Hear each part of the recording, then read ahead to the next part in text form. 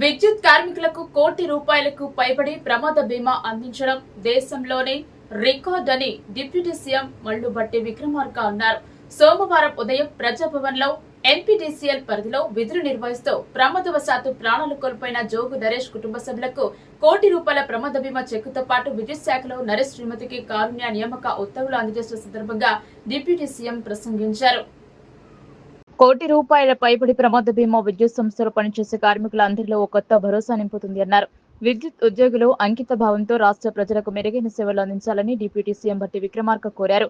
ప్రభుత్వ ఆలోచనను సమర్థవంతంగా అమలు చేసిన చైర్మన్ మరియు మేనేజింగ్ డైరెక్టర్ వరుణ్ రెడ్డిని ఈ సందర్భంగా డిప్యూటీ సీఎం అభినందించారు. ఈ కార్యక్రమంలో ప్రభుత్వ సలహాదారు వేం నరేందర్ రెడ్డి, విద్యుత్ బ్యాంక్ ఉన్నతాధికారులు పాల్గొన్నారు. ప్రజలు మరియు రైతాంగ శ్రేయస్సు కోసం తెలంగాణ రాష్ట్రంలోని కాంగ్రెస్ పార్టీ ప్రభుత్వం అన్ని విధాలా కృషి చేస్తుందని ఆయన చెప్పారు. పూర్తి అండగా ఉండాలని విక్రమార్క కోరారు. దేశ చరిత్రలోనే విద్యుత్ శాఖల్లో పనిచేసేటువంటి కార్మికుల భద్రత కోసం మొట్టమొదటిసారి ఇంత పెద్ద ఎత్తున గతంలో జీవిత బీమాలు ఉన్నప్పుడు కూడా 5 లక్షల వరకు ఉండేది. ఒకటేసారి ₹1,00,00,000 పైబడి జీవిత బీమా ఏర్పాటు చేయడం అనేది కేవలం ఇందిరమ్మ ప్రభుత్వంలో రాష్ట్ర ముఖ్యమంత్రి రేవంత్ రెడ్డి గారి నాయకత్వంలో ఈ క్యాబినెట్ తీసుకున్న నిర్ణయం. ఇంత గొప్ప కార్యక్రమం బహుశా కార్మికుల కోసం ఏ ప్రభుత్వం కూడా ఆలోచన చేసి ఉండకపోవచ్చు. ఒక కార్మికుడు తను చేసే పని ప్రమాదకరమైనటువంటి పని అని తెలిసినప్పుడు కూడా గత ప్రభుత్వాలు ఇప్పుడు కూడా దీనిపైన దృష్టి సారించింది. మనం ప్రభుత్వం వచ్చిన తర్వాత ఒక నిర్ణయం తీసుకొని వాళ్ళందరికీ బీమా ₹1,00,00,000 పైబడి తెచ్చిపెట్టాలి.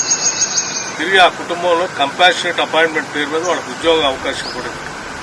వాళ్ళకి ఉద్యోగం కల్పిస్తూ కుటుంబ సభ్యులకి మళ్లీ ప్రమాద బీమాతో మరణించినటువంటి కుటుంబానికి ₹1,00,00,000 ఆర్థిక సహాయం వచ్చేటట్టుగా చేయడం అనేది ఈ రెండు చాలా గొప్ప విషయాలుగా నేను భావిస్తా ఉన్నాను. దీన్ని ప్రభుత్వ ఆలోచనని సంపూర్ణంగా ఎగ్జిక్యూట్ చేసి దీన్ని కార్యరూపంలో తీసుకొచ్చిన సీఎండీని కూడా నేను వరుణ్ రెడ్డి గారు ప్రత్యేకంగా